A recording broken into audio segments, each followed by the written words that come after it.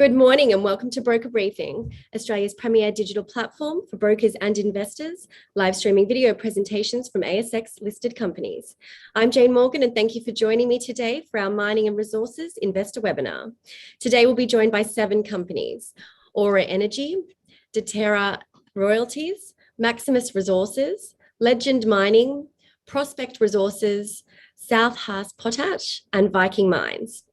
So up first, we are joined by Peter Reeve, the Managing Director and CEO of Aura Energy, with the ASX ticker code AEE and the AIM ticker code of AURA. Aura is a company focused on the low capex, low operating cost Harz uranium project in Mauritania. Good morning, Peter. Morning, how are you? Great. Let me bring up your presentation. Thanks very much.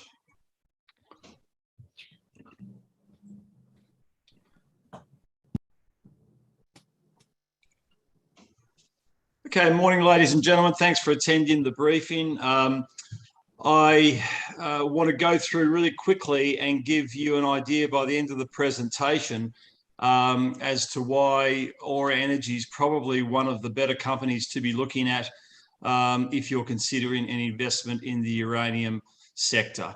The company Aura goes back 10 or 12 years. We made discoveries in Mauritania, the country south of Morocco, and also Sweden.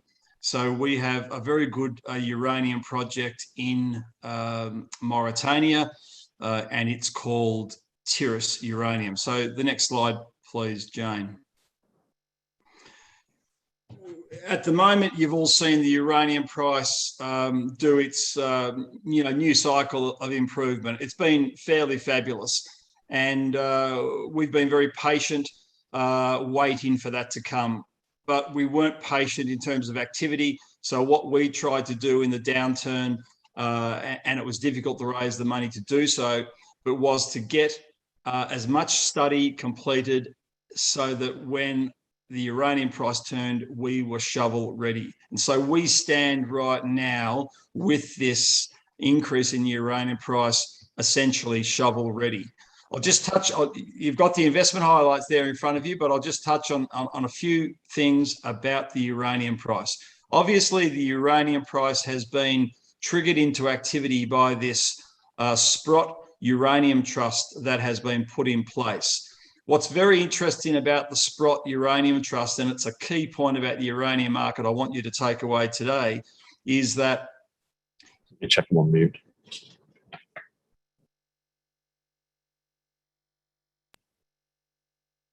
Sorry about that, Peter. Are you still there?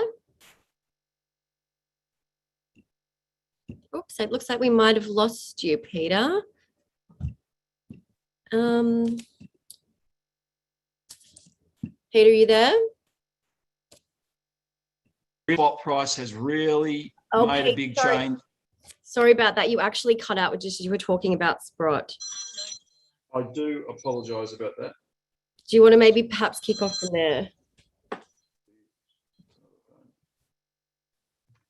Apologies. Are we okay? Where did I cut out, Jane? Sorry. Just when you were talking about Sprott. Okay. So the Sprott Trust, apologies that my internet was a bit unstable then. The Sprott Trust is the reason why the uranium price has kicked off more recently. And what's very interesting about the Sprott Trust and what people have to understand is that it's a closed-end trust. So every pound of uranium that gets bought from the spot market and into the trust will essentially be gone forever. Sprott will keep that trust going in perpetuity. There are obviously, unusual occasions where they might get rid of it in, 10, 15, 20 years' time. But as we know it now, they will soak up a lot of spot material and it will never come back onto the market. So the increase from $30 to now about $47 a pound is a real move. We believe it's going to be a sustained move, and we think it's going to make the utilities for uranium come to the market and put long-term contracts in place, and that will be why the uranium price stays higher and goes for longer than we've seen, obviously, in recent times. So that's just the uranium comment. The key thing is, do you have a project that can get into production quickly in the early part of this cycle? And we believe we have that. So Aura has a very low capital cost for its Tiris project of $74 million US. It's very competitive against all the other companies out there. Even companies like, say, Boss, who are an in situ leach company, they've got repeat development capital. Probably total capital for their project over its life is 200 million, and ours will be this 74 million. We've also got a very low C1 cash cost of $25 a pound. And importantly, we have a completed definitive feasibility study. That's very important to have at this time when you want to get the project up and going. And we updated the capital just recently so that number of 74 is the most up-to-date in the market of all the players. We've just updated it in the last month or so.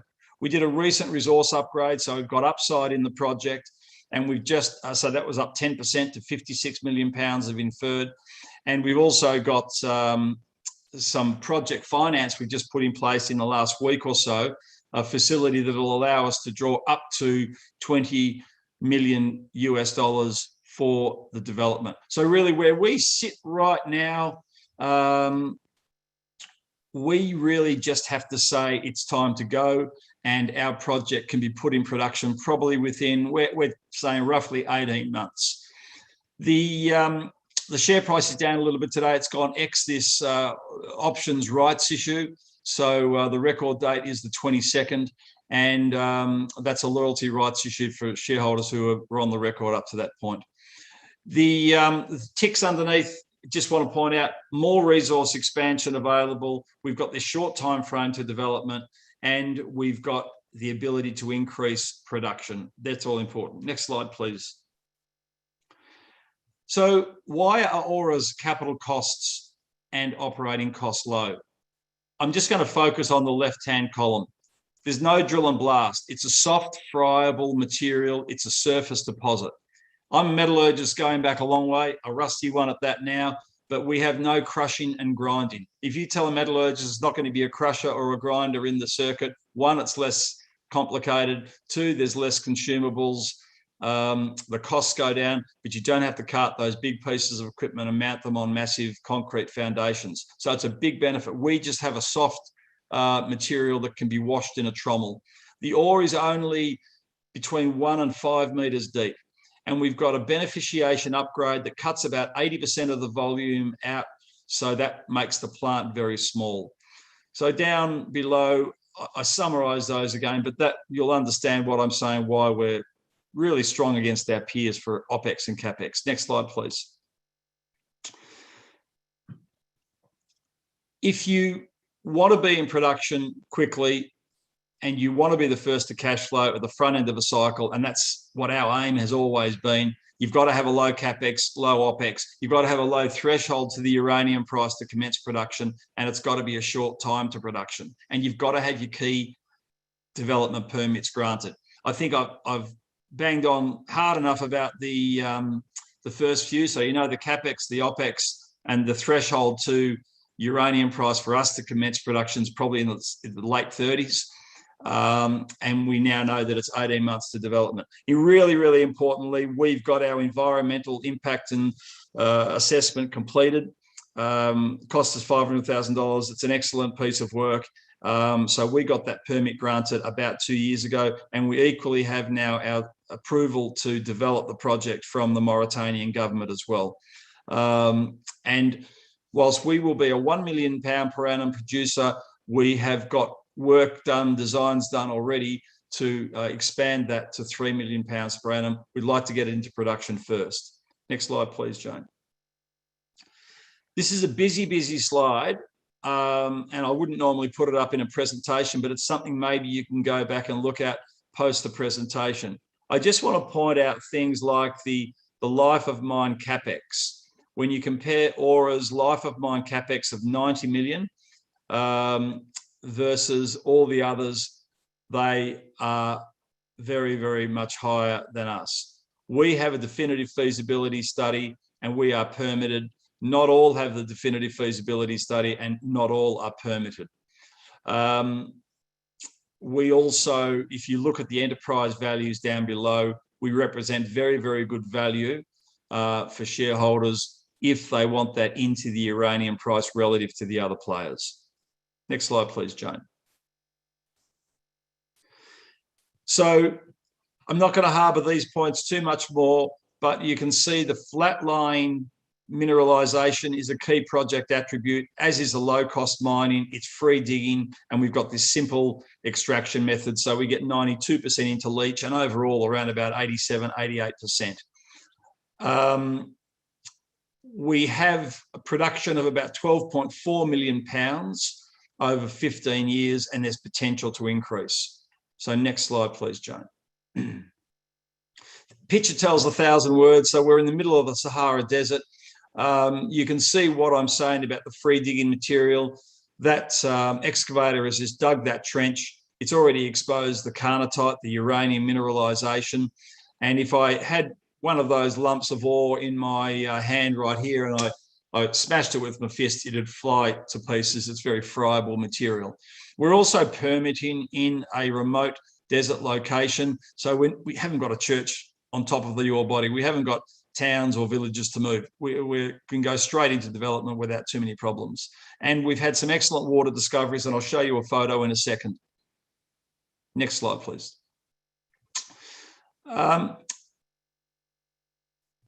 Just 2 points out of this slide, and that is the design layout will allow an expansion from 1 to 3 million pounds. And we've already done an estimate. It's around about $60 million capex to get it up to that 3 million pound per annum level. So that's in the offing as well for us in the future. Next slide, please. Just really simply, the upgrade process works essentially because we've got carnotite within a coarse weathered granite.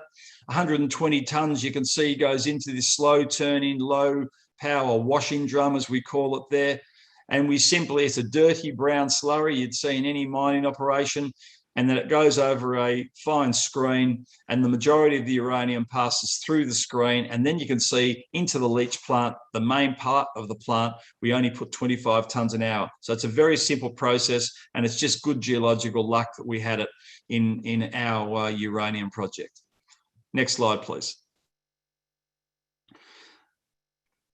The potential for us to expand above 56 million pounds is quite high, with some areas we've got in the south, but also the measured and indicated of 17.4 gives us a lot of room to move up within that 56 million pounds. So we are very confident that we can increase the size of the resource. And we've also had some high-grade intercepts in other deposits, a fair distance from the current plant, but their things will follow up in the future as well. So there's exploration potential and resource upgrade potential to back up that 3 million pound per annum process when we get that up and running. Next slide, please.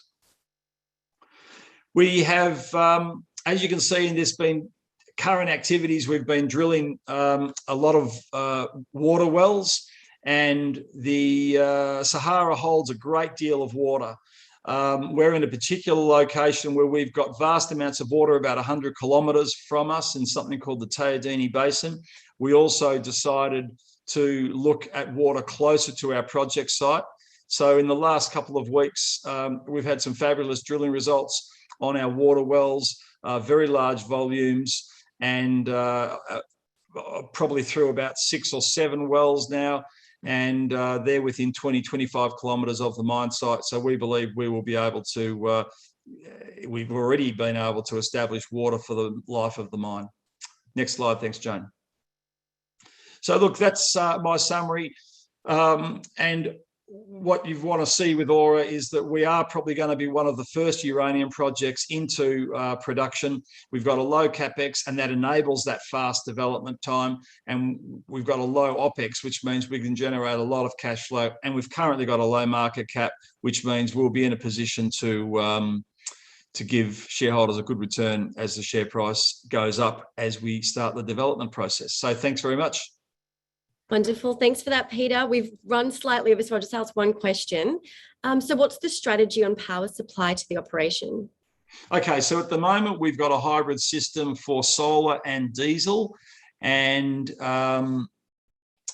we are now looking to change that to be wind 25%, solar 25%, and diesel 50%. So we're completely self-contained out in the Sahara Desert, and we make it for a pretty competitive price. Wonderful, Peter. That's all we have time for today. I would encourage shareholders to reach out by the contact details on the bottom of the ASX releases. But thanks again. Thank you. So up next, we have a presentation from Deterra Royalties, a company with a $2 billion market cap. To tell us more about their mining royalties business model, I will hand you over to the Managing Director and CEO, Julian Andrews. Good morning, Julian. Good morning. How are you? Great, thank you. Let me bring up your presentation. Thank you very much. And good morning to everybody on the stream today. We have a presentation here that I'd like to run you through fairly quickly. I won't sort of linger on each slide, but just to let you know that there is a copy of this available on our both on the ASX platform and also at our website, which is deterraroyalties.com. Perhaps if we can just jump through a couple of slides, please. Thank you. So we're a new company on the ASX. We were listed almost a year ago to the day now, following a demerger from Maximus Resources. And as mentioned, we have a market cap of about $2 billion and have been trading for, as I said, about 12 months. Perhaps if we can jump to the next slide, please.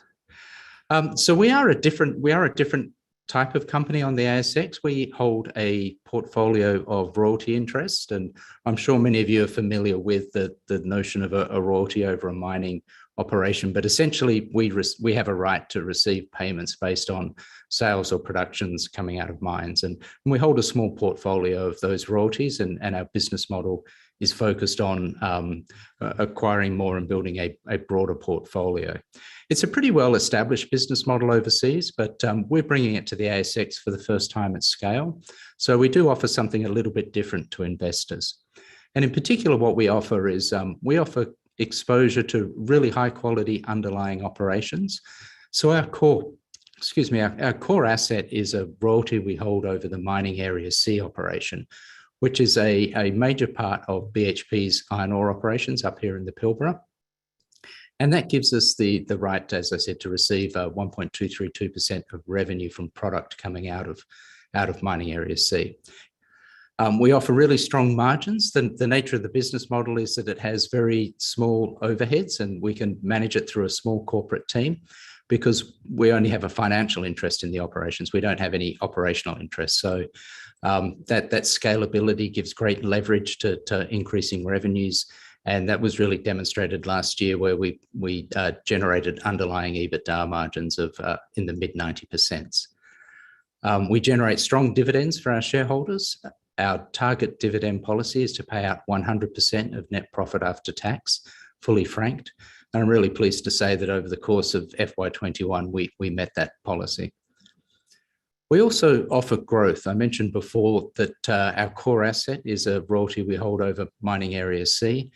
BHP has just completed a major expansion of that mining operation through the South Flank mine, which was completed and started shipping ore in May this year. And we're expecting that's going to more than double production volumes out of Mining Area C over the next 3 years. So really that gives us growth exposure to iron ore in a way that I think is pretty rare on the market. We also have a clear focus on ESG, and we're looking to target net zero direct emissions by the end of this year. Perhaps if we can move to the next slide, please. So I mentioned that we're bringing a different investment proposition to the ASX, and it's one that's well established overseas, but we're actually bringing it with a few different subtle but important differences. But just to be clear about what that investment model provides for investors, it gives a different quality exposure to mining. I think Australian investors are obviously very familiar with the mining sector and the returns it can generate. But we provide somewhat different exposure to that activity. So rather than have exposure to the bottom line or a dividend that comes out after you've been exposed to all of the operating costs and the capital requirements, we give exposure to the top line. So our revenue, particularly in our Mining Area C royalty, is driven by a percentage of the top line of the mine. So we're not exposed to costs, we're not exposed to operating margins. We're paid before there's any call on those cash flows for capital, whether it's sustaining or growth. So it's quite a different exposure. It's a qualitatively different exposure with a different risk profile. We provide the commodity price leverage. And most importantly, we provide optionality in that we participate in any extension or expansion of a mine without having to contribute at all to the capital to generate that expansion or extension. And the South Flank expansion is just a fabulous example of that.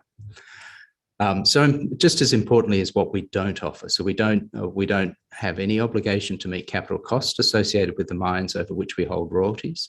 We have very limited exposure to the operating costs.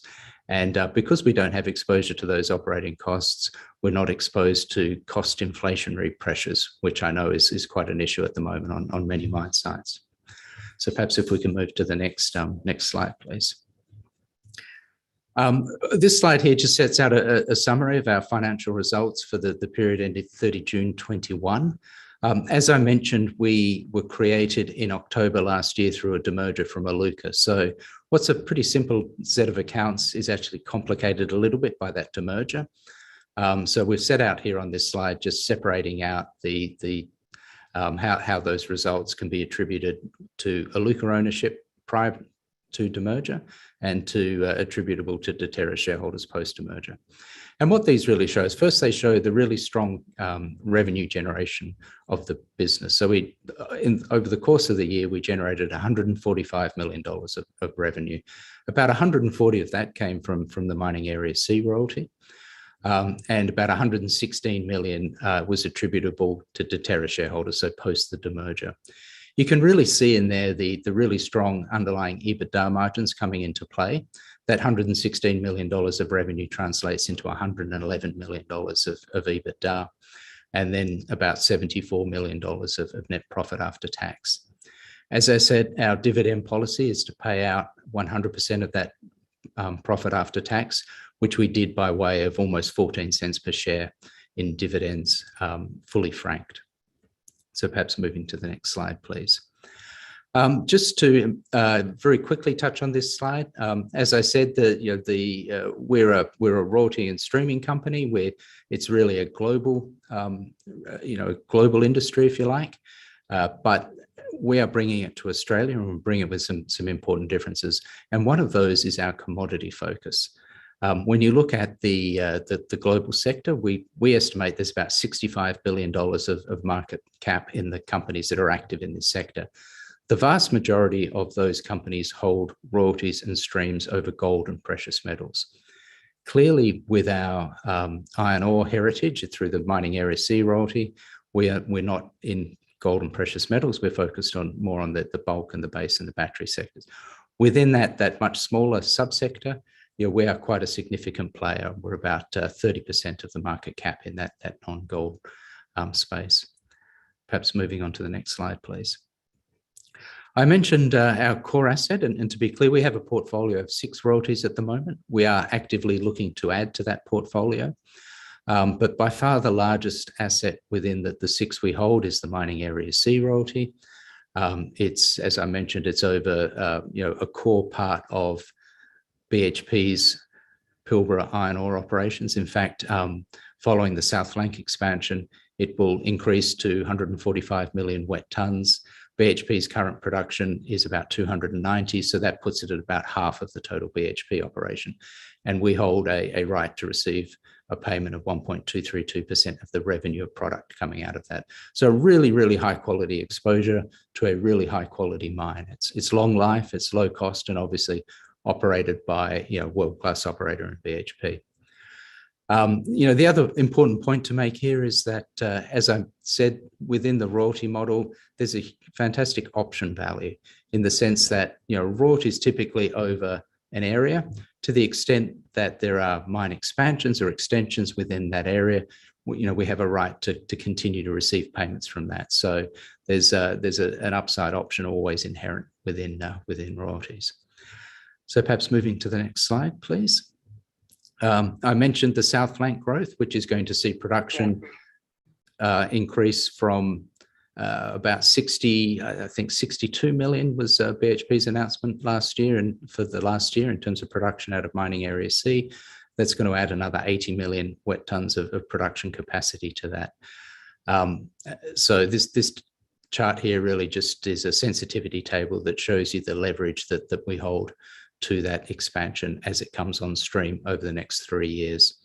I'd also mention not only do we receive the revenue royalty, but we're also entitled to a capacity payment. So we're entitled to receive a $1 million payment for every 1 million tonne increase in actual production out of the mine site.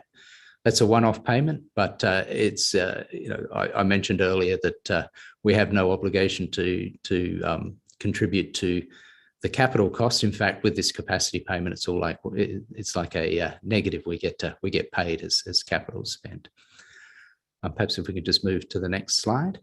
I mentioned also that we're looking to build on this really high quality portfolio that we hold at the moment, and this chart here sets out how we're going about trying to source that growth, and particularly where our targets are.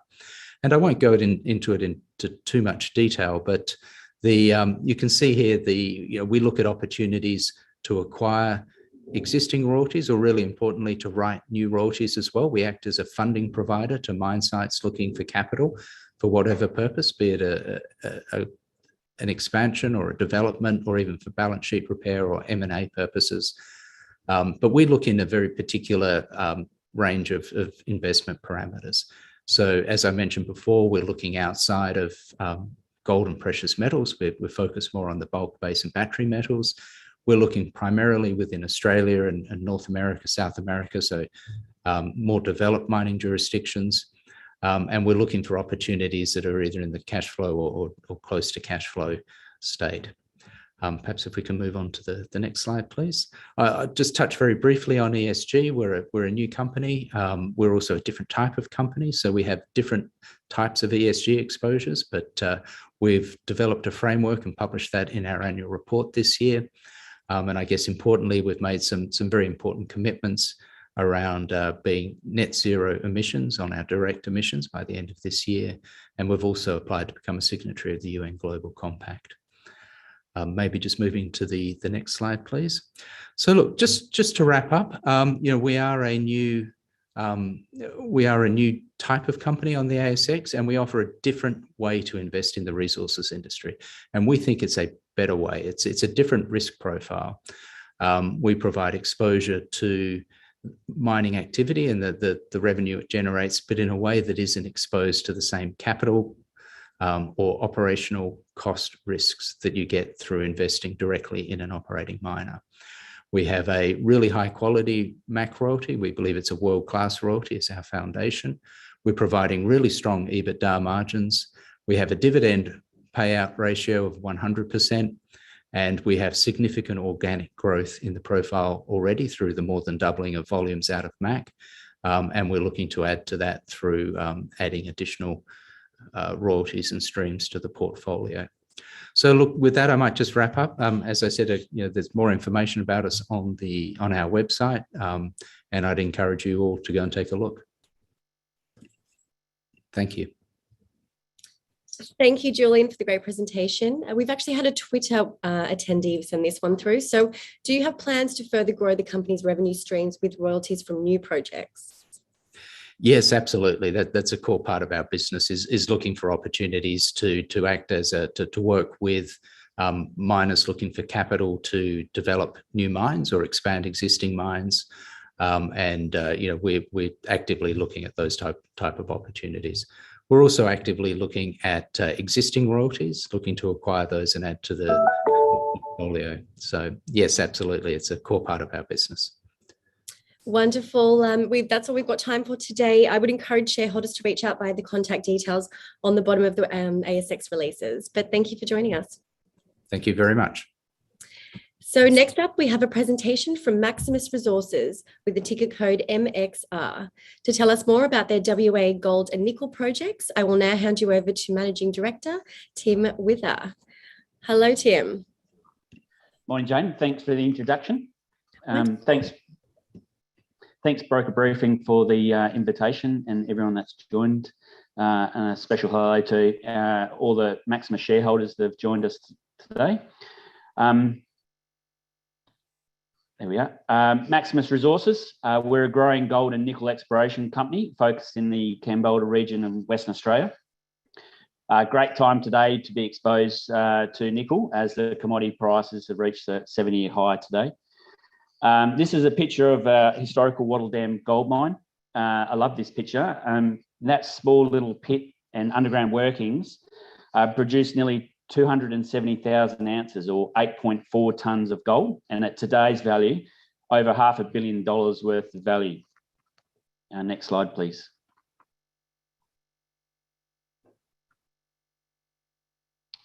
Next slide, please.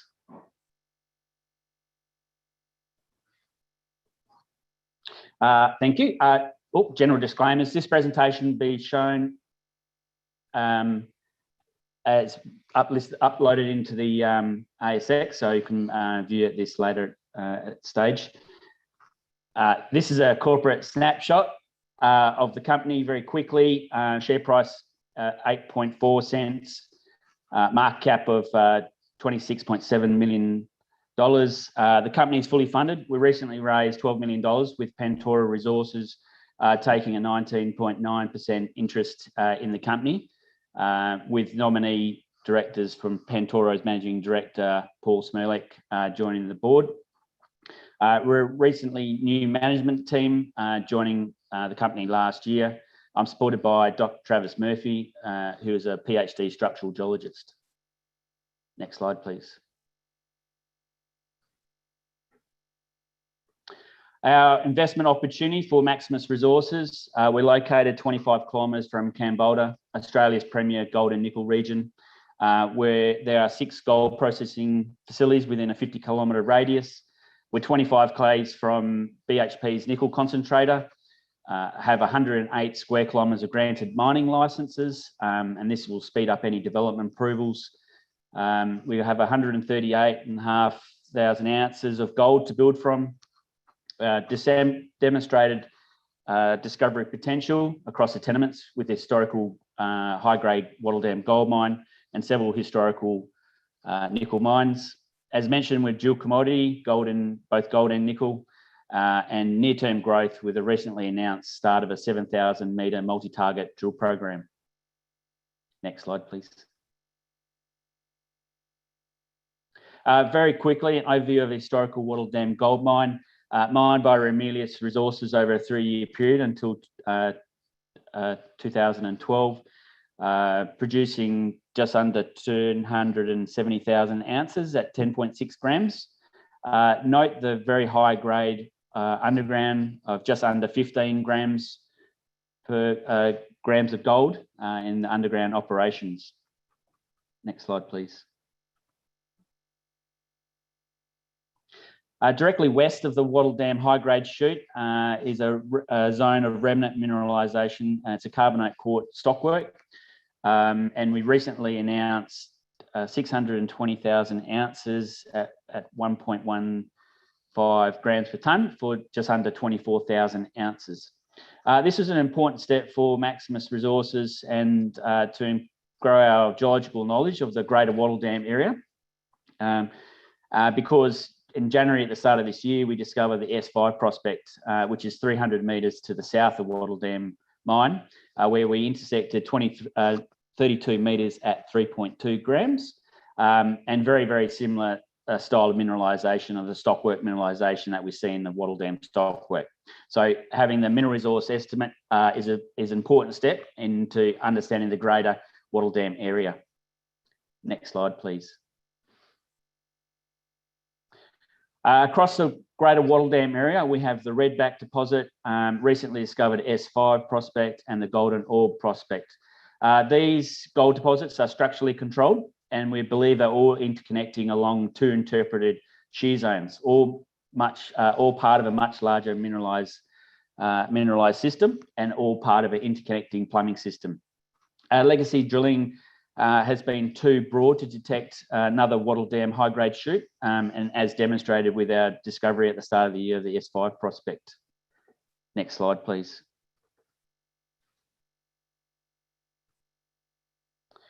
This is an aerial view showing the interpreted structures. It just shows you how close the various deposits are, with Redback in the top right-hand side. It's only 600 metres along an interpreted structure, only south of the Wattle Dam open pit, and we're starting to piece together this much larger mineralisation system. Next slide, please.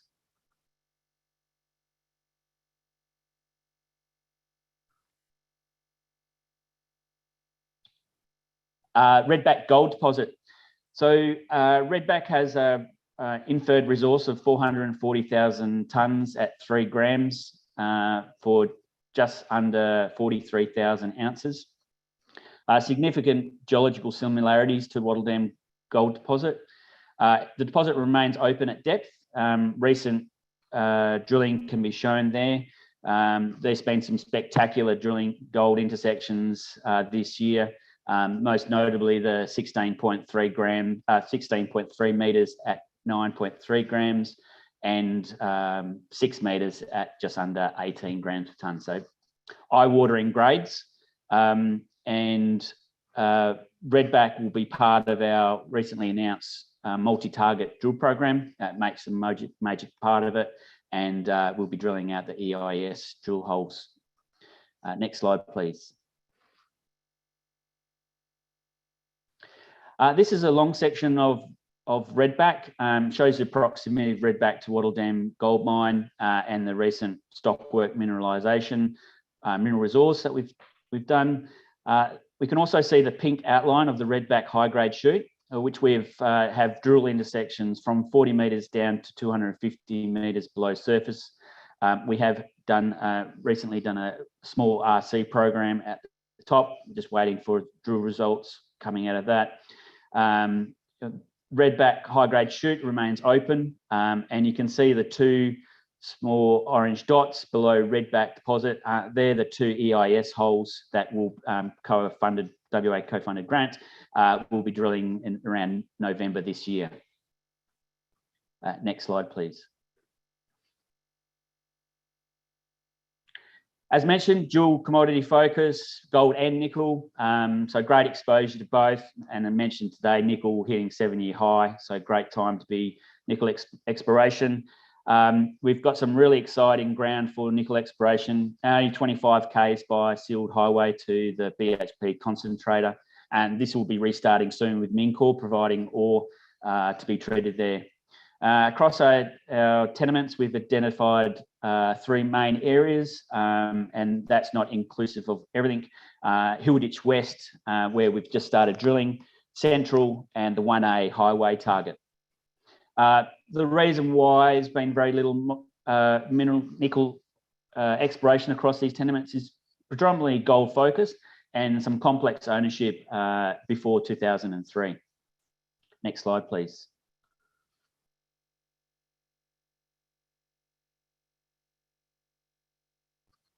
Next slide. Yep. This is a long section of the region showing all the known mineral nickel resources from Cassini to the left into the orange boxes of our tenements to the right. The reason why, as I mentioned before, predominantly gold focus for the previous ownership of these tenements and a complex structure before. So now that we're fully funded, we've got the opportunity to fully explore this area. Next slide, please. Hilditch West is a new discovery. Recently, in July, we were originally targeting a regional structure, which had a large-scale alteration zone. And we drill tested this in July and had intersected several shallow nickel, copper, cobalt mineralisation, most notably the 5 metres at 1.2% nickel and 2 metres at 1.5% nickel. 3 zones of mineralisation, and you can see the rock chips in the bottom right-hand side. We believe that this mineralisation has been remobilised from ultramafics, which we see in the end of drill core, rock chips, sorry, and deeper in the stratigraphy. Next slide, please.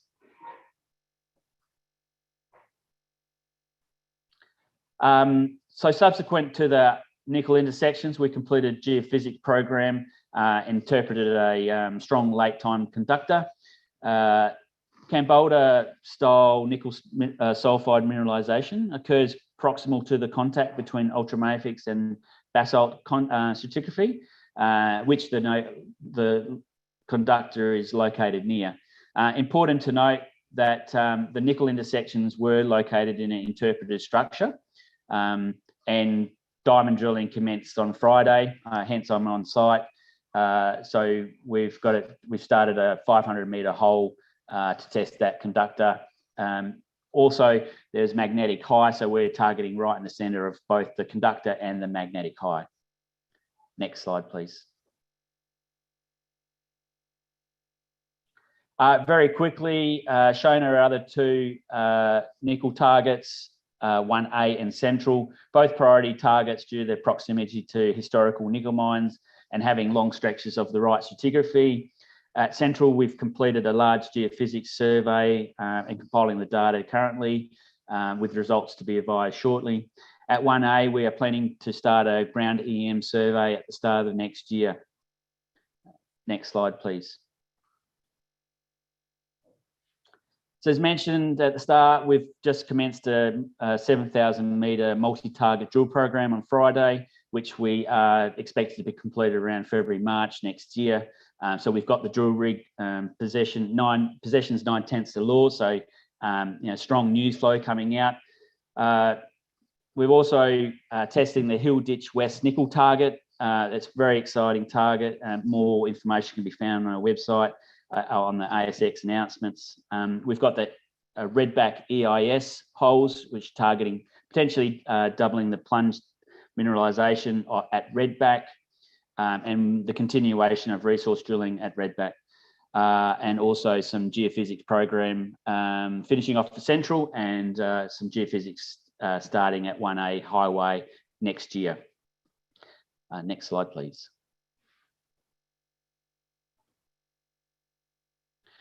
Why Maximus? Location. We're in a tier 1 location, the right geology. We've got a solid foundation, 135,000 ounces to build from, and multi-target exploration program underway. The company's fully funded to progress the exploration program that this ground deserves. We have demonstrated discovery potential both at Wattle Dam Gold Mine and the historical gold mines. We're exposure to both gold and nickel, and several programs underway to have strong news flow through the as the progresses. So thanks very much for having the opportunity to speak about Maximus Resources. Tim, thanks so much for the great presentation. It looks like you've got some great projects there and certainly pregnant with news flow. So with drilling underway, when do you expect to be getting an upgraded resource, and are you having any issues with assays at the moment? Everyone's in the same boat with assay turnarounds, and some assays being transported across the east coast of Australia because of the capacity limits here in Western Australia. So we'll continue through. The focus for Redback is a resource upgrade. First off, we're drilling the 2 EIS holes. If those EIS holes come through, we'll be sitting on Redback drilling out for a very long time. And more excitingly is the Hill Ditch West nickel target. If those things come through, we'll be following up with subsequent drilling. So we'll progress through what we can control, what we can do with assays, but always focus is building up our resource. Wonderful. Well, thank you for joining us today. I look forward to seeing the results of those drill holes. Thanks, Jane. Thanks everyone else for listening. So next up, we have a presentation from Legend Mining with the ticker code LEG. Legend Mining is a company focused on the Rockford Nickel Copper Project in the Fraser Range in Western Australia. To tell us more, I will introduce you to Managing Director, Mark Wilson. Good afternoon, Mark. Good morning for me, Jane, but afternoon for you, and nice to be here. 10 minutes is a bit of a challenge to tell a story, as my three predecessors have demonstrated, but I'll try and, given it's a new market for us, get through this in a timely manner. I'll just pull up your presentation now. Yep. And Jane, because there's 24 slides here, have that finger ready to tick, tick, tick. Yes, wonderful, will do. Sorry, it's a bit slow today. That's okay. There we go. Over to you. And so I guess the key things that I'd like to leave people with at the end of the presentation is understanding the relationship between Legend Mining, our Fraser Range nickel project. Nickel is a fantastic commodity to be in for a range of reasons, which I'll touch on shortly. And Rockford project. We are a single project company. Rockford unashamedly is named after my favourite winery in the Barossa Valley.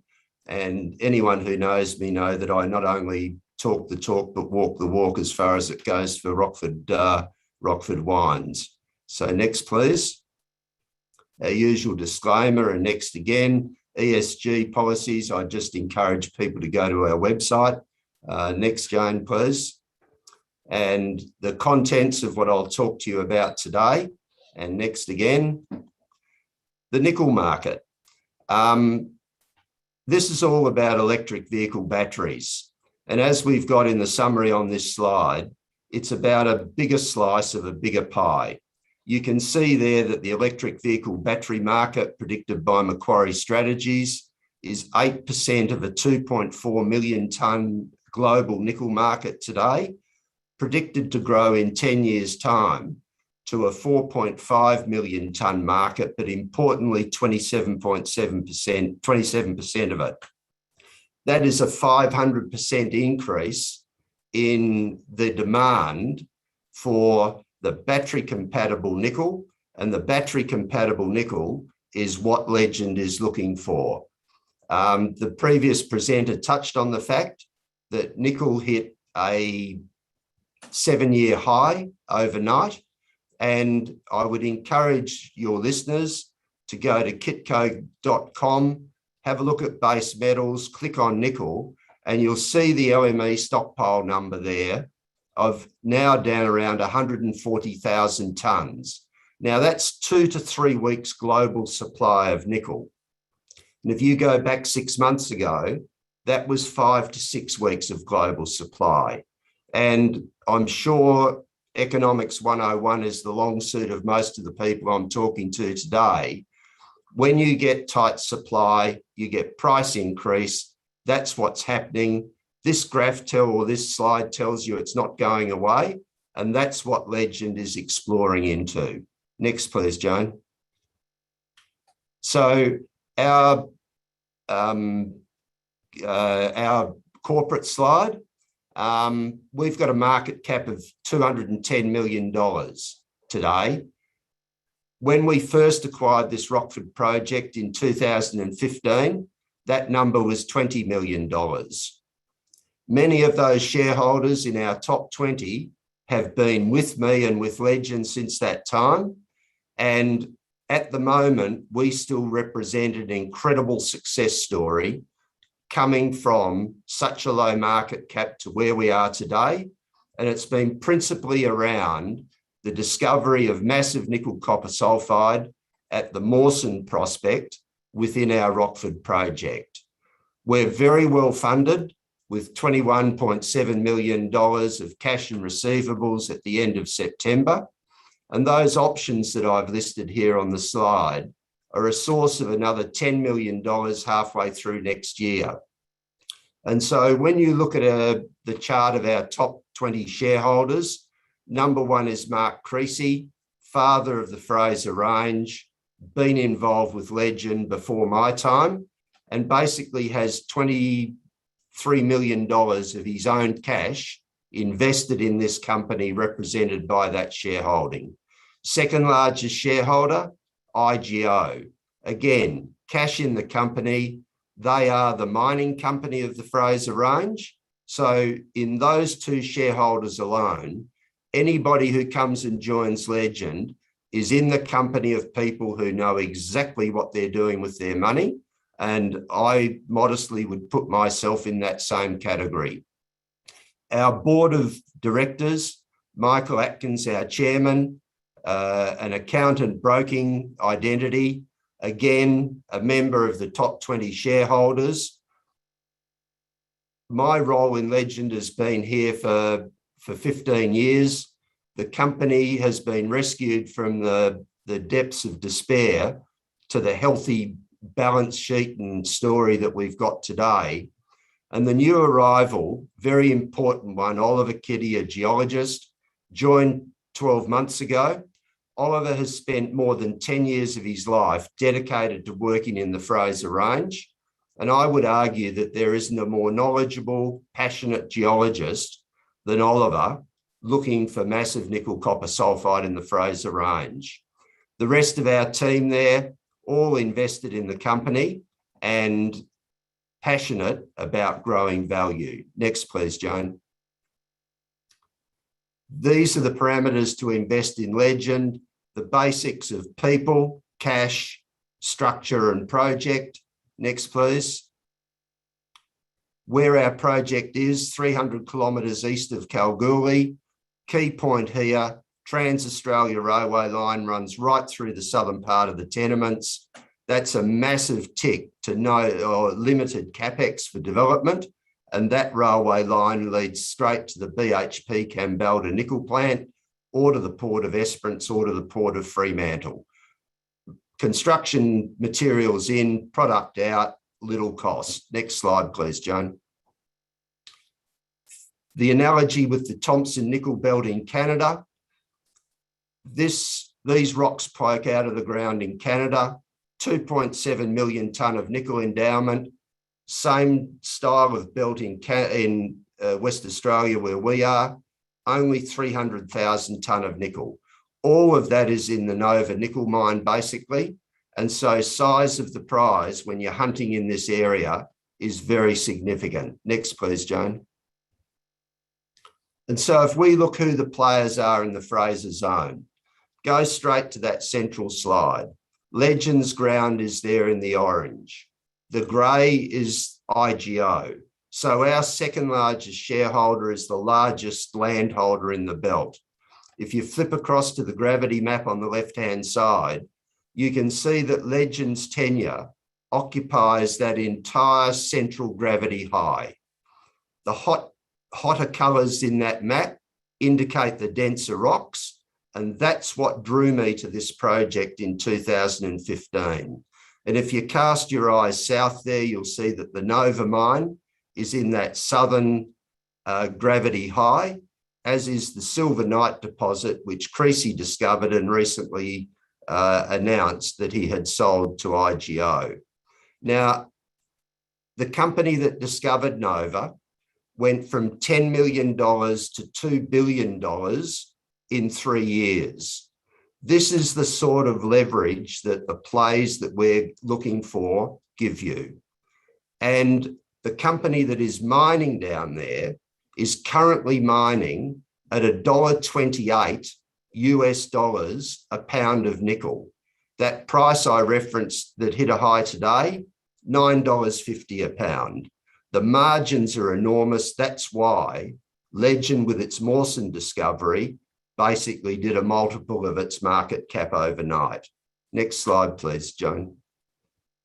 And so our key prospects, this is the Mawson prospect, which is where we made the discovery of massive nickel copper sulfide in 2019, which really changed our life.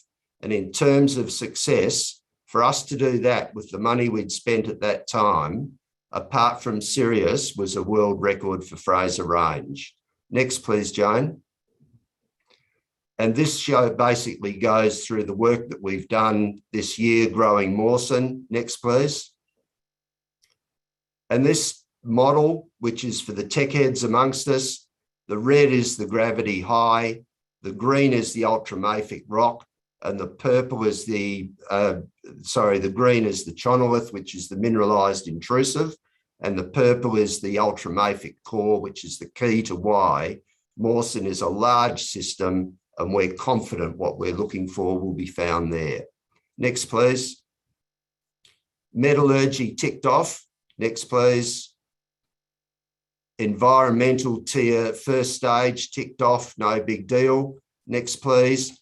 And so then if you look at where Legend is in our project, we've basically got 3 locations which are prospective for Nova and bigger style deposits: Mawson, Magnus and Octagonal. Next, please. The Magnus and Octagonals, you can see the eyes in that tram track mag, which is on the same line, which is the Nova and Silver Knight deposits to the south. Next, please. That's Magnus. Next, please. And Octagonal. And next, please. And this is a direct comparison of Octagonal and Nova. For all intents and purposes, identical. And that Nova Bollinger mine is the $2 billion asset which IGO's got, producing nickel at $1.28 a pound. Next, please. And some work we're doing at Hurley Creen. We'll keep clicking, Jane, please. And again. And so people are important to us. The power of these consultants enables us to punch way above our weight, and the best of class that we employ. Next, please. The work programs, next. And the summary of where I started: nickel, right project, right people, cash, systematic, and I think we are the leverage play for nickel in a fantastic project area. Thank you. Well, Mark, you certainly are in a great part of the world there. So there's been quite a few questions come through about Nova and how you compare, but I think you have answered it throughout the presentation. So what can shareholders look forward to over the coming period? It's really news flow, Jane, and I think our previous presenter talked about the delay in assays, and it strangles us because, you know, the wet chemistry, it's not just about the nickel, copper, cobalt, it's the other elements that are key to what we're looking for. We have a hiatus here between December to February. The bushfire season out there is just too risky. That'll enable us to catch up. So I think the news flow will be summary of where we've got to this year and future planning for the following year. Wonderful. I look forward to seeing updates. Thank you for joining us, Mark. And a copy of today's presentation will be available online on brokerbriefing.com in the coming days. Thanks again. Jane. So the next presentation is from Prospect Resources with the ticker code PSC. To tell us more about their Arcadia lithium project, I will hand you over to the Managing Director, Sam Hossack. Hello, Sam. Oh, you're on mute. Sorry, Jane. Hi, and thank you for having me. Good afternoon. Welcome to our shareholders who join us here today. Yeah, great to be able to talk to you today about Prospect Resources. Let me bring up your presentation here.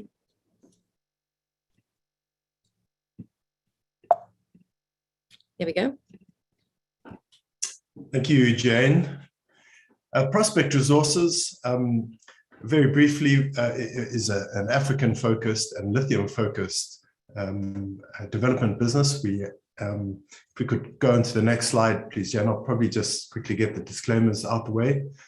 So just back one slide, please. All our information is presented at prospectresources.com.au. All the information pertaining to our Arcadia project, and obviously advise you to please take a good look at our most recent documentation. Thank you. Next slide.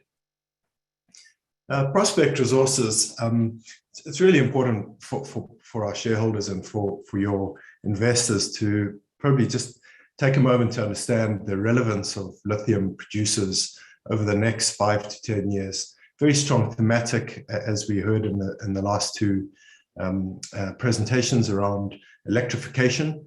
And in particular for Prospect Resources, we're a lithium-focused asset. We've completed all the resource modeling. We've completed the exploration, And we are very focused now on the development of the Arcadia lithium project. It is fully permitted.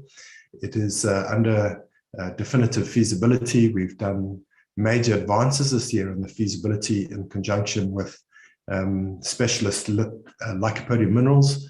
And importantly for us, we've taken some of the flow sheet modeling, some of the metallurgical successes that have been illustrated by lycopodium in our pilot plant operation. So we've been operating now for approximately 4 months, and that pilot plant has generated large volume samples for each of our customers to take a look at. So that's been very promising and has been great demonstration of our abilities in the country.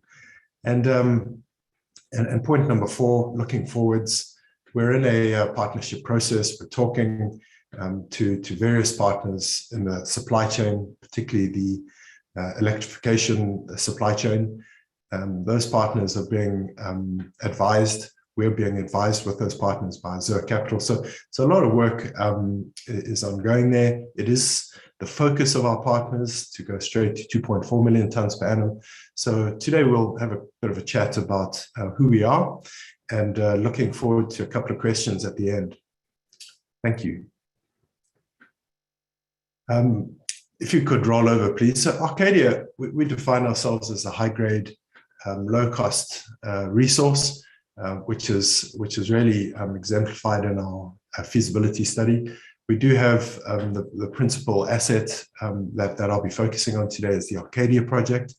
It is shovel ready. It's situated just due east of the capital city of Harare in Zimbabwe, and it's a very well supported project. It's got the attention of the stakeholders and the government, and was recently in the last 3 years discovered by Prospect Resources, drilled out by Prospect Resources, and is the 8th largest hard rock asset globally. So it's really material to the shall we say, the new energy complex, the electrification of our fleet globally. So I think when we look carefully at our project, we like to speak more broadly about the impact of our project as people become more sensitized to the environmental impact of mining and as well the social impact. So just to the north of us is around 10 kilometers to the north of us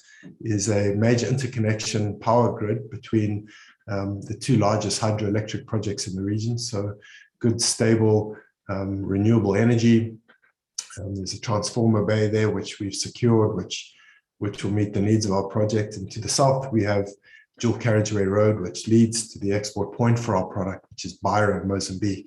So 2 of our key infrastructure considerations are materially resolved and of a very low risk. So further to that, we've situated obviously very close to the city of Harare. All our resources, particular labor, aren't required to be housed on site. They can be bussed in and out. So quite a low footprint in terms of how this project proceeds, and certainly that has an impact on the low capital structure. And lastly, the project is under a special economic zone license. So it is the only mining project in the country of Zimbabwe that has met the, I guess it's the peak incentive. It's met the criteria as a principal exporter and a part of the, should we say, critical minerals. So the special economic zone license is very material in our investment context, and also is a good sort of example of how well supported the government has been. Thank you. Zimbabwe is, on the rise. We've been operating in Zimbabwe. We feel very comfortable in the region. I've not been able to travel there for some time now, but we have a very competent team, all with very strong credentials in the country and regionally. So there's a strong capacity within our team to manage the environment that we operate in, and it's our preferred environment. We've seen Zimbabwe on the rise for at least on a 10-year trend now, a bit of a blip during COVID, but it's certainly on the rise. There's an increased forecast growth in the economy, which is pleasing and critical to Zimbabwe's growth is really the strategies that have emerged in the last 4 years, since there's been a major shift in leadership since the end of the Mugabe era. And so those strategies are really centered around growth through to 2030, with 50% of the population under 20. There's a real strong desire to create the means for employment, and of course mining features and produces or currently caters for around 70% of all foreign receipts. So Zimbabwe is actually a really strong mining country in its own context. The balance of that is of the economic growth is tourism and value addition. So Zimbabwe is really on the rise. We've experienced that. There's a new leadership structure which has been very pleasing to see the effect of change and a sort of renewed strategy, and in particular the Ministry of Mines, where we've got shall we say, an industrial executive, someone from the private sectors has taken on their role, and the Honourable Minister Chitando's really has great understanding of what's required to get a project like ours and many projects like ours up and running. So he's had a big role in bringing about the changes that we were benefiting from. Thank you. So over the course of the last 18 months, Prospect's also undergone some major changes, particularly on strategy. Thank you. Our strategy has really started at the top. We've had a welcomed a new independent chairman and another new director, and sort of independent director, as well as a new CFO. So we've materially altered the structure of our team. We've had the opportunity to bring in strong developments, capabilities, competencies that have allowed our project to undergo the changes in risk profile that we believe are necessary to bring it into production. So the last 6 to 8 months, very focused with Lycopodium Minerals on our feasibility work, and importantly, getting all the risk attended to within the project. So we do have two structures. We looked at a low risk model of going a modular 2-stage approach, and we've got the direct pathway, which has always been and will continue to be our preferred pathway. We wanted the fallback of having an alternate pathway, which is a lower capex model, and we wanted to put that in the market to really show the robustness of our project and the fact that it can actually come in at a much lower and earlier stage and fund itself. Thank you. The key outcomes of this, I'll probably just focus on the outcomes if that's okay. Key focus on risk. So one of the major risks that we faced is funding of our project. And we've understood that with a staged approach. You obviously fund stage 1, which is a lower capex, and stage 1 operates, generates revenues, and funds the expansion of stage 2. So look, it's a very prudent, fairly conservative model, and there has been quite a bit of volatility in the lithium commodity over the last 3 years. So it suited us to have a sort of rainy day scenario, but we're far more bullish. We've taken a lot of the risk out of our project, and we continue to be focused on the direct model. Thank you. Throughout the course of this year, we've been focusing on our pilot plant. We've taken key aspects of our flow sheet that are not well understood by our investors or our market, and we put those into a flow sheet that allowed us to procure and build a project in Zimbabwe. That pilot plant's been operational. We've produced just under 100 tons so far, and we've been shipping that to our customers primarily in Europe. And this is mainly a petlite product, which is one of our primary products. So look, many great outcomes from this, and the key outcome being demonstrating our capabilities. Thank you. The key outcomes of the stage OFS, this is the dual stage and going stage 1, stage 2 within the first 5 years. I think the key outcomes for us were demonstrating the free cash flow, demonstrating the volumes that can be produced, looking at the internal rate of return, and throughout the process trying to drive down the capital cost, first capital hurdle. So at $140 million US, allows us to get into operation, and the cash flow generated from stage 1 continues to fund expansion. So really a low-cost producer, even at a less efficient dual stage strategy, shows that this is a great 20-year life of mine project that has good economic merits. Thank you. Thank you. So marketing of our products, we obviously understand our customers. Thank you. Go to the next slide there, please. Our customers, particularly our stakeholders, all understand spodumene and the thematic. We understand the electrification. There's some major deficits emerging, and these are really strengthening the position of Prospect and the Arcadia project. And in particular, as we see different territories such as the EU trying to ramp up their independence in the supply chain. Thank you. We also have 2 key customers, offtake customers secured, principally for petalite. We have Sibelco in Europe and Sinomine, who are interested in mostly chemical products which go into the EV sector. So what differentiates a Prospect from its peer group is that we have major exposure to the electric vehicle growth and that narrative, but we're also very exposed to a very niche market which has traditionally very robust, strong fundamentals. It makes up about 20% of all lithium consumed classically, and that's the technical market. So our petalite, particularly the low impurities in it, make it a very key part of that technical market and unlocking it. Thank you.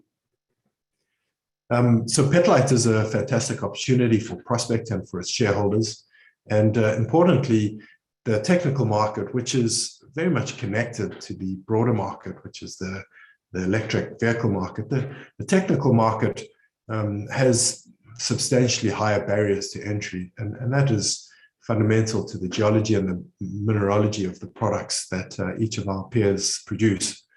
And petalite is a very premium product in that market.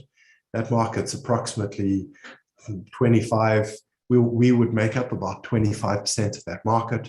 That market's been classically very supply constrained, and we've relied on Roskill to do a very deep dive into that market, understand who the customers are, understand all the supply options that these customers have, and give us some clear narrative as to how petalite would fit into that market.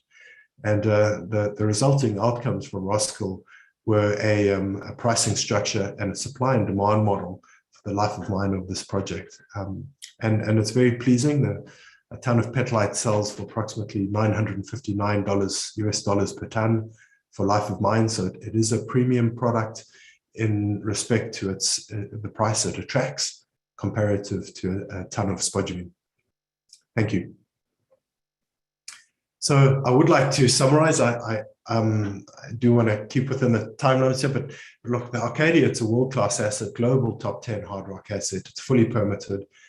We're on the ground, we're operating there. We have a team, we have a structure, we have the experience. We like our environment. We have strong connections and relationships within the supply network, within the support network, within the services sector. The pilot plant has been extremely successful.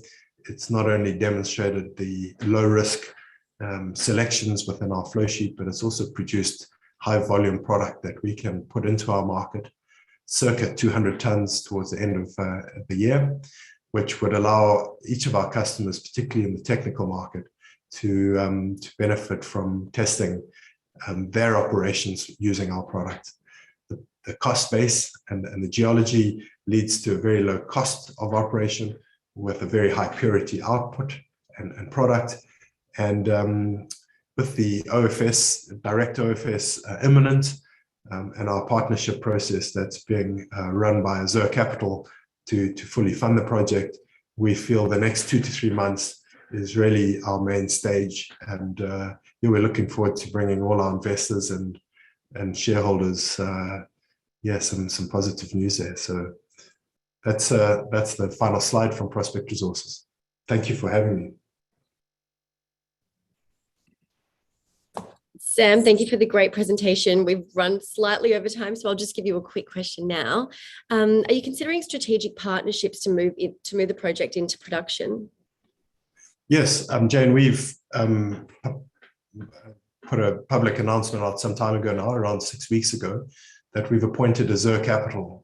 We were somewhat managing all the inbound interest, but around 8 weeks ago, we became apparent that we needed coordination of that inbound interest. So appointing Azure Capital and Vermilion Capital out of China, they syndicate together to advise on this, has been extremely, has been very pleasing. So yeah, looking forward to bringing results from that. Well, Sam, thank you for joining us on Broker Briefing, and a copy of today's recording will be available online in the coming days. Thanks for that, Sam. Thank you, Jane. The next presentation is from South Harz Potash with the ticker code SHP. The company is focused on responsible potash mining in Germany. So to tell you more, I will hand you over to Managing Director, Chris Gilchrist. Good morning to you in Australia, ladies and gentlemen. My name's Dr. Chris Gilchrist. I'm CEO of ASX-listed South Harz Potash Limited, and I'm speaking to you this morning from the Emerald Isle of Ireland. Could we move swiftly to slide 2, please? And then once we was past the legals, I'll introduce you to the company. Okay, this is slide 2. Now slide 3, please. Thank you. Right, let me introduce you to South Harz Potash. We bought 3 mining licenses from the German government in 2017, which are located in the former East Germany. They were granted to the East German State Mining Company prior to German reunification in the 1990s, but they were never mined. They're unique because they're perpetual in nature. In other words, they're ours forever. They carry no rentals or development commitments, and they're completely royalty-free. Using the results of an extensive 300-hole exploration program conducted by the former GDR State Mining Company as recently as the 1980s, the results of which we own and would have cost over $500 million today, we've established a total resource of 5.3 billion tonnes at the JORC inferred level. Historically, 182 million tonnes of potash were extracted from this basin using simple and well-established mining and processing techniques. Move on to slide 4, please. Thank you. The board of management comprises a wide range of appropriate financial and technical skills. 4 of our directors, including the chairman, are based in Europe, while Rory Luff and Len Jubber, many of you will know them already, they're based in Australia. The importance of having potash experience on the board is paramount, and I'll touch on this a little bit later. So if we can move to slide 5, thank you. In terms of our corporate snapshot, we have a market cap of about $55 million. The current price is 13 cents. We enjoy terrific support here in Australia from Euroz Hartleys, particularly from David Michael on sales and from Rhys Simpson on the corporate side. In the past 10 months, our market cap has risen from 8 million to its current level, which is remarkable given that we haven't yet got going with the good news machine. So if we move to slide 6, let me share with you where the good news is going to come from. We are simply Western Europe's most significant potash deposit with, as I said earlier, an inferred resource of 5.3 billion tonnes containing 567 million tonnes of potassium oxide equivalent, which equates to about 900 million tonnes of potash. We've got completely unencumbered licenses under our control, and that's because they were granted to the former state mining company under the former communist GDR regime. And we believe with another 7 or 8 drill holes, we can convert much of this to a measured and indicated resource. So a very, very cheap exploration program indeed. Moving to slide 7, please. The area has actually been mined for potash and salt for over 100 years. It's got an average potash mineralization of about 6 meters in thickness, and which reaches over 20 meters in places. It starts at about 450 meters in depth. It's got consistent geology, and there is no history in the region of mine collapse or flooding. The assets are surrounded by existing infrastructure, and they're situated in a safe jurisdiction close to a European market where there's a widening gap between demand and production. Slide 8, please.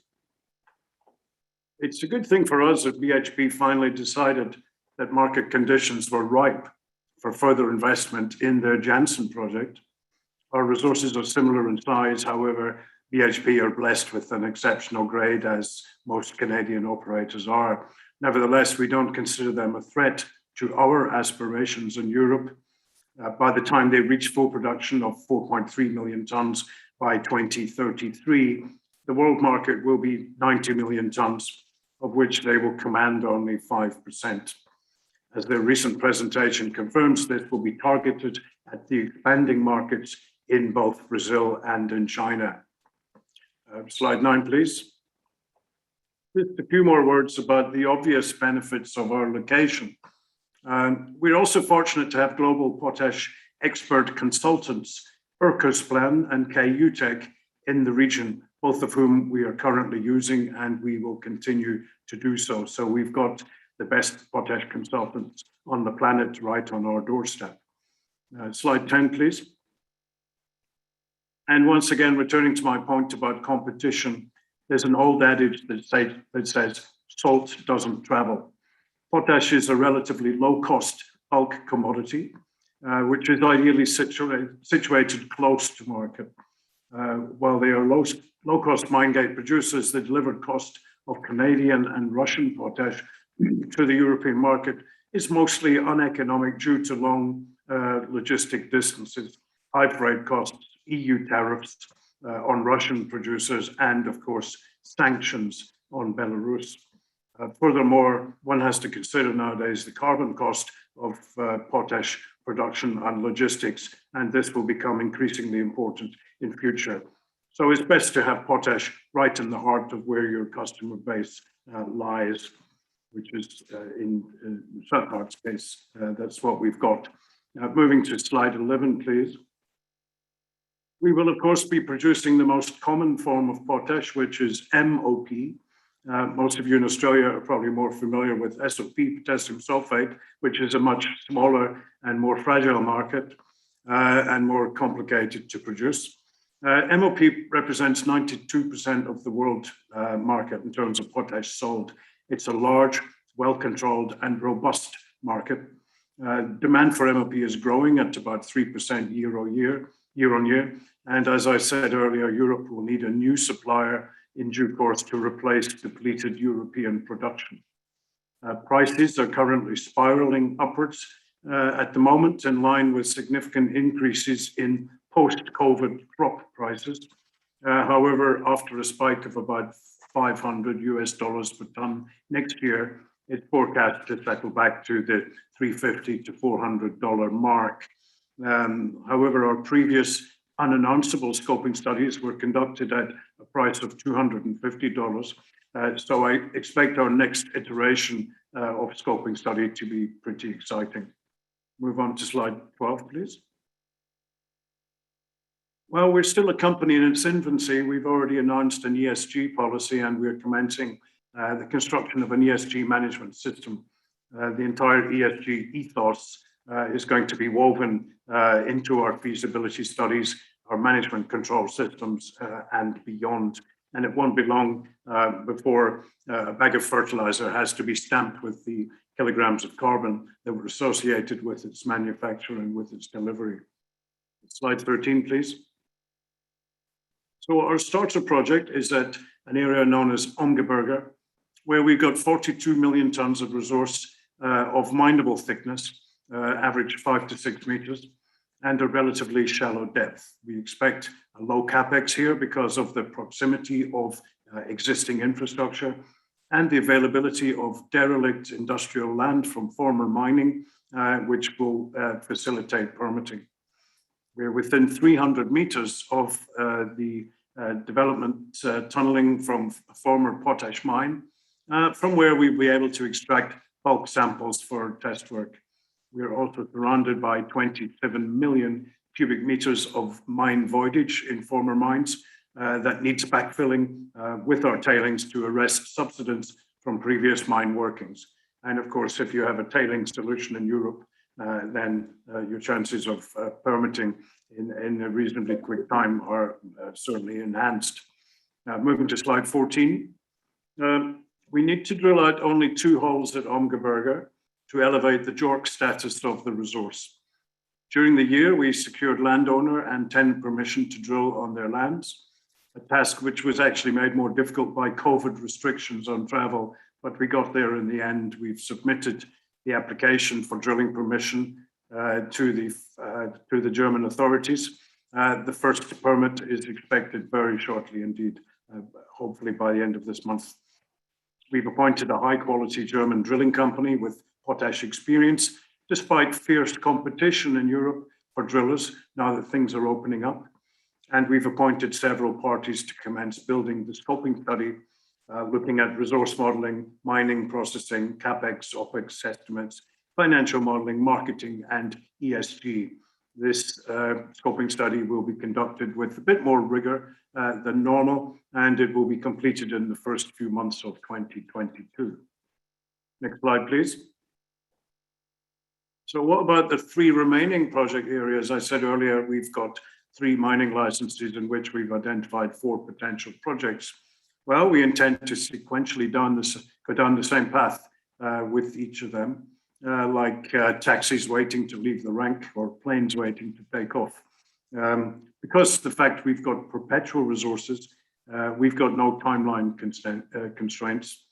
We can launch new projects one by one as the market demands, and we could easily, with our resources, become a 5 to 6 million ton per annum producer. Slide 16. So in summary, why is South Harz Potash a compelling investment? We've first of all got large resources in a historic mining area where the geology, the mineralogy, mining and processing are well known and documented and can only benefit from modern and more efficient extraction techniques. Our tenure on the resources is cast iron, perpetual and royalty free, which is unique.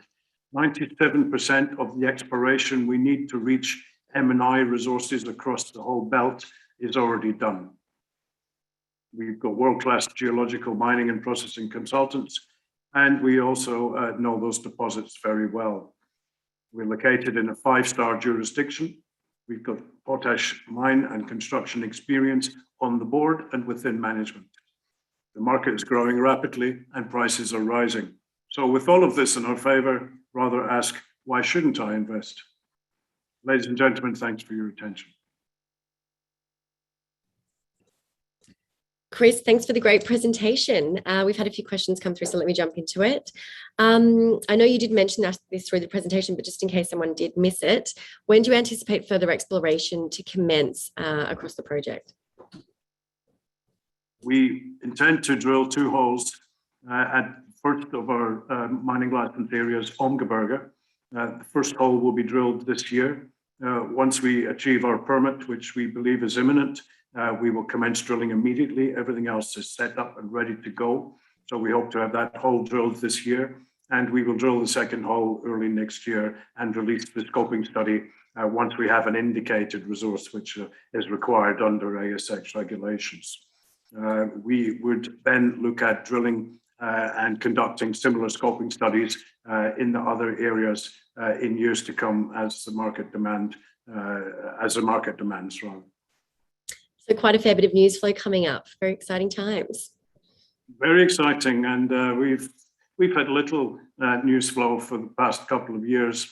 However, we anticipate quite a significant stream of news flow as we drill out the areas, as we sequentially launch scoping studies, and Omgeberger will go into a feasibility study during next year. So there's going to be a significant uptake in the amount of news flow from this company, which is very exciting. Well, Chris, thank you very much for joining us today. We're looking forward to it, and a copy of today's recording will be available online in the coming days. But thanks again. Thank you.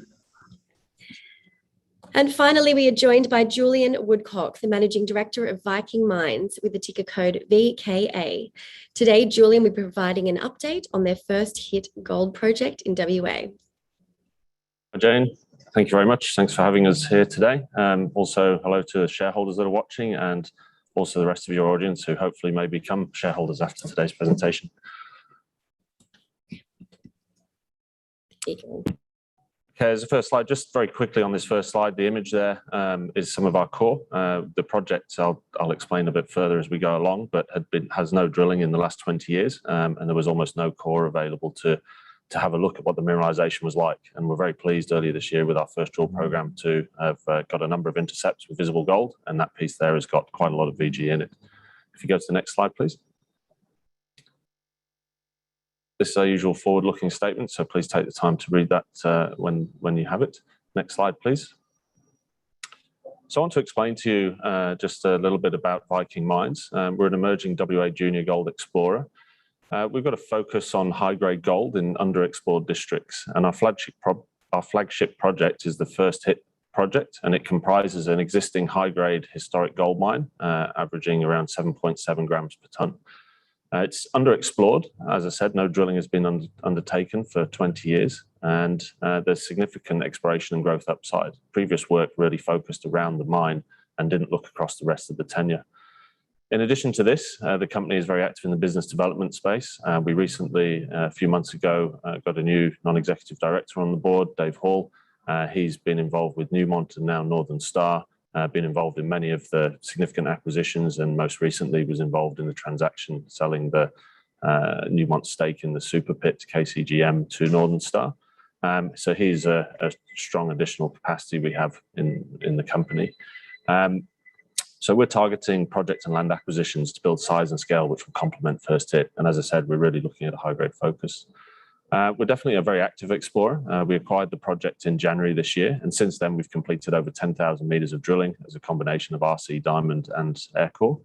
Our third drilling program is currently underway, and that has a dual focus. And the main purpose of this drill program is to identify new shoots along strike from the First Hit mine on the First Hit structure, as well as test new targets to identify new mineralized structures. And I'll go through a bit of that later in the presentation.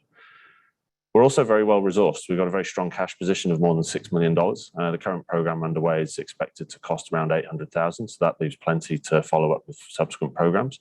And our market cap at the moment is just over 21 million. There is a slide in the appendix pack, which I won't go through today, which talks about the corporate structure, the shareholding, as well as some information on myself and the other directors. So we're well funded to systematically explore the targets and advance the First Hit project. And as I've explained, the company leadership has extensive experience in identifying and defining gold resources. If you can go to the next slide, please, Jane. So just a little bit about First Hit. The map on the right, if I can draw your attention to Kalgoorlie Boulder. For those that know the WA goldfields, Kalgoorlie is host to the Golden Mile, one of the world's most significant gold deposits, and it's a prolific gold district. Just to the west of Kalgoorlie is the Zulika Shear Zone. That area is characterized by Evolution Mining, having the Kundana assets and Mungari. I worked there for a few years, explored in that area. And that shear zone moves up to the top left of the image and is the same structure within which the First Hit project is located. Also to the west of the image is the Ida Shear Zone, which runs to the north, also well endowed. The Davyhurst Mill is only 50 kilometers south of us. That's owned by Orabunda Mining. And it's about 200 kilometers by road to get to Kalgoorlie Boulder, where there is a number of other mills. Probably a key thing there, as I've said, is that the First Hit mine is narrow vein, high grade, running 7.7 grams a tonne, producing 30,000 ounces. The important factor there is that any mineralization we do find could easily have a number of options to be able to be processed, whether it be a standalone operation, if sufficient ore is found, or trucking through to any of those mills that are shown on the image on the right. The mine closed in 2002 in a low gold price environment, around US $320 per ounce. And this certainly contributed to the fact that no further work was undertaken. So prior to our ownership, minimal exploration has been conducted outside of First Hit in the last 20 years. And that's where we see the significant potential upside.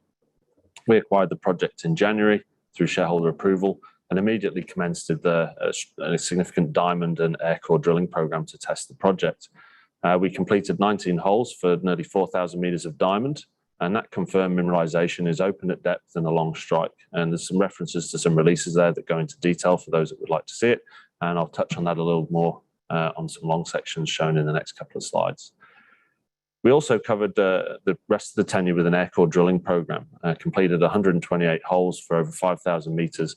And the purpose there was to identify anomalies and also to characterize the mineralization that has previously been mined at first hit. That was successful as well. We identified 4 anomalies outside of the first hit structure, as well as got indications for the continuity of the structure to the north and south. It's these programs that the program that we're commencing now that is following up on these results from earlier in the year. If you can go to the next slide, please. Just a quick overview of the site. We're looking south in this image. At the top on the right, you see Riverina open pit. That's 8 kilometers away. That's owned by Orabanda Mining. If you have a look on their website, you get an idea of the size of the resource that they're looking to extract there. If we go clockwise round through the labels, the bore water at Clark's Well, that's nearby source of water. Then the next 2 points are the vent raise and the box cut. And what I'd just like to highlight there is that there was about $10 million of investment into the underground access at first hit. That decline goes in through the box cut. It's about 1.5 kilometers in length, goes to 200 vertical meters. And it's from there within which the stopes of the historic mining that produced 30,000 ounces are undertaken. It's a 5.5 by 5.5 meter drive. It's in good condition. You can get access through the box cut. The water has returned to its natural levels in the mine, so there would be an element required to dewater should the project progress. However, all indications are that the rock types are very favourable, very strong, and we would expect it to be in good condition. So that in itself is an asset that we own. The previous mine offices and workshops are in that cleared area in the middle of the image, fuel storage, which we know is fuel storage and drillers camp and sample laydown area. And the highlighted area in the middle of there is the near mine diamond drilling collar positions within which we completed earlier this year. And all of those holes were drilling to the west, which is to the right of the image there, testing the structure at depth. If you can go to the next slide, please. This just provides an image of what it is that we're looking for. So when I joined the project in January, there was no core photos, there was no diamond core left, etc. I called around the company that previously had first hit called Deterra Resources 20 years ago. I knew someone that worked there, and he happened to have a piece of core in the cupboard. And I was quite surprised. And he said, yeah, I think this is from the first hit project, the project which Deterra was floated on. So he gave that to me. And it was great to be able to see some of the mineralization before we commenced drilling. This core shows a narrow vein, 40 centimeters wide, running 120 grams a ton with lots of flecks of visible gold. So I'd like to just remember what that looks like as we move into the next slide now, please, Jane. So this is the long section showing all the drilling that we completed. And again, there's some references to the releases that give a bit more detail. But the images around the long section are all the flecks of visible gold that we've seen. And firstly, I'll just draw your image to the top right. That vein looks very similar to the one I just showed you in the previous picture. This is in a diamond hole stepping out 165 meters from the previous mine workings. And we intersected a vein. I've got that piece of core here with me. We've got all our core here in our offices in Perth, and it allows us to constantly refer to it. And again, I saw lots of visible gold. We encountered a meter at 13.5 grams a ton, 165 meters north of the workings. You can see on the long section, no drilling, no black dots around.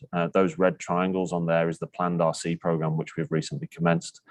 Moving round clockwise, the 2 images on the right, they're in holes 9 and 14. They're below the Kylie chute.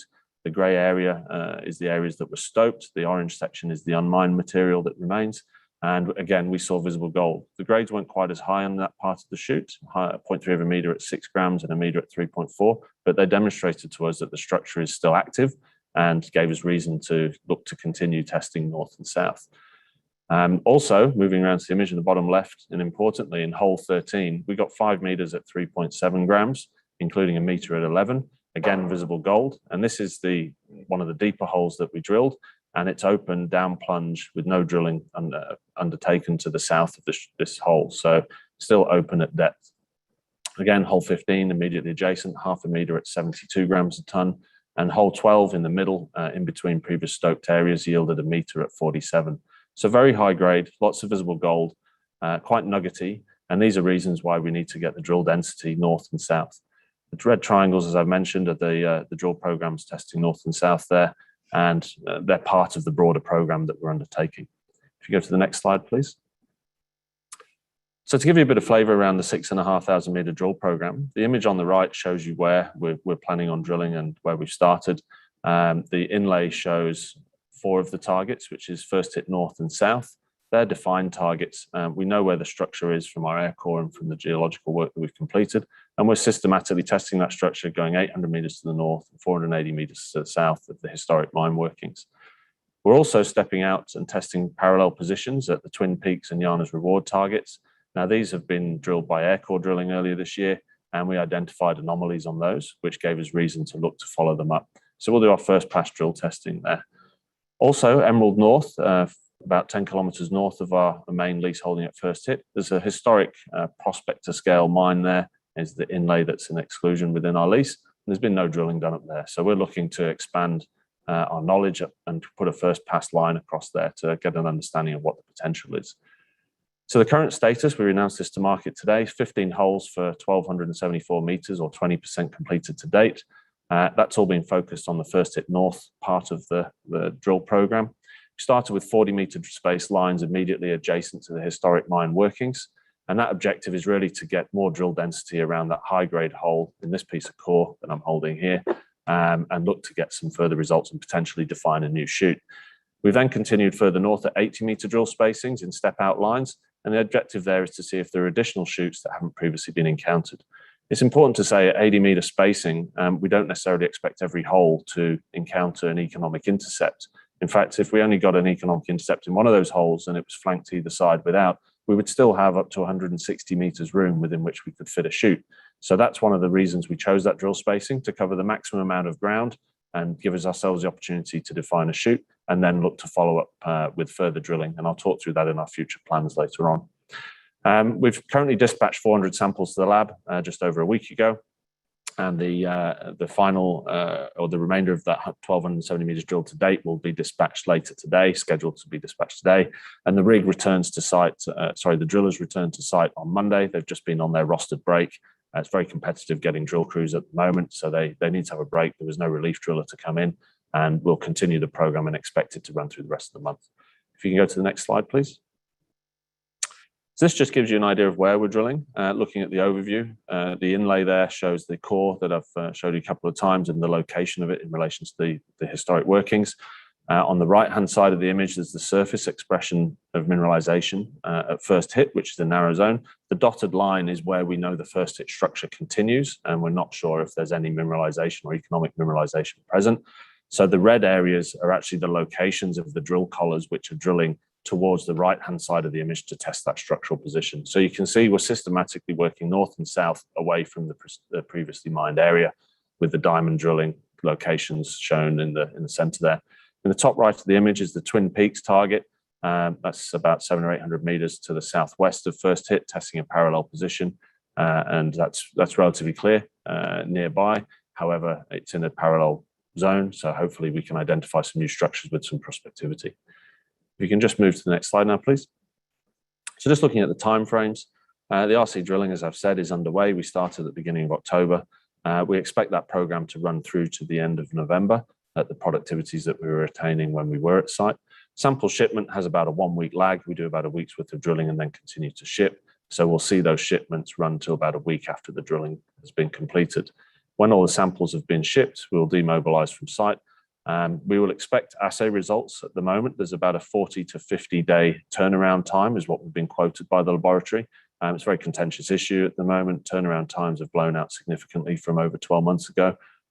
So we're mindful to keep an eye on that. And to combat that as best as possible, we're doing frequent deliveries to the lab. A couple of weeks after we get that first news, expected end of November, early December, we should expect to see information released to market. We obviously want to get that information in, look at it, complete the QA/QC, and understand the context, and then release it.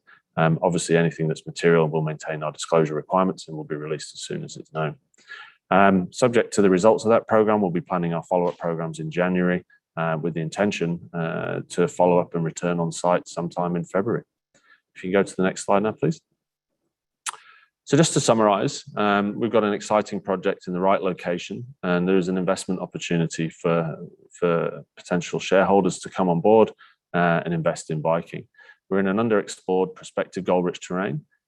No drilling prior to Viking ownership across the tenure since 2001, and we've got demonstrated high-grade potential. And I like to say grade is king. If we've got high grade, it can travel, which gives us lots of optionality for monetizing anything we discover. We're focused on rapid advancement. Phase 1 and 2 drill programs have been completed since the acquisition in January this year, and we're now on our 3rd drill program. We've had encouraging results, visible gold observed in multiple holes. Diamond drilling has confirmed mineralization is open along strike and down plunge, and aircore drilling also identified multiple targets. We're back on ground drilling. Drilling's underway. We've got a busy period, 6,500 meters of drilling with 65 holes to be completed, testing 5 targets, focusing on identifying new shoots along strike from first hit, as well as testing new positions. So we expect continuous news flow over the coming months as the drilling progresses. Fully funded, our cash position greater than $6 million. This program is costing well under $1 million, and that leaves us well placed to undertake further activity. And I haven't really elaborated too much in here at all, but also we're ongoing litigation in Ghana, of which we've just recently had a judgment made by the court there, which have confirmed that we're actually still owed significant funds from the defendant with regards to a sale of a project a number of years ago. And again, if you'd like some information on that, have a look on our website. You'll see the recent news release from a few days ago, which outlines that. That's not factored into our cash position. If that comes through, that'll just bolster our cash reserves even more. That's it. Thank you. There are a couple of appendix slides. If you'd like to look at them at your own leisure, it just provides some information on the company. Thank you very much. Julian, what a great presentation. It definitely seems like you're in sort of that elephant country, which is great. There's a few questions that have come through, so I'll jump into them. Is there the option to further increase the land holding based on exploration success? Yeah, look, we're very focused on business development, and so it's one thing I'm continuously looking at is the landowners both immediately in vicinity to first hit, but also further afield. There's always an option. It comes at a price, and I think I'm unable to go into any details, obviously, but yes, our shareholders can be rest assured that we're continuously looking to expand. However, we do have a significant amount of strike, and I'm optimistic that we can get new shoots within the land package that we've got as well. Wonderful. Well, actually, you've answered the rest of the questions already. So thank you for joining us today, Julian. Looking forward to seeing the results coming through. Thank you very much. Goodbye. And thank you all for joining us today. So recordings of today's presentations will be available online in the coming days on brokerbriefing.com. We look forward to hosting you again soon.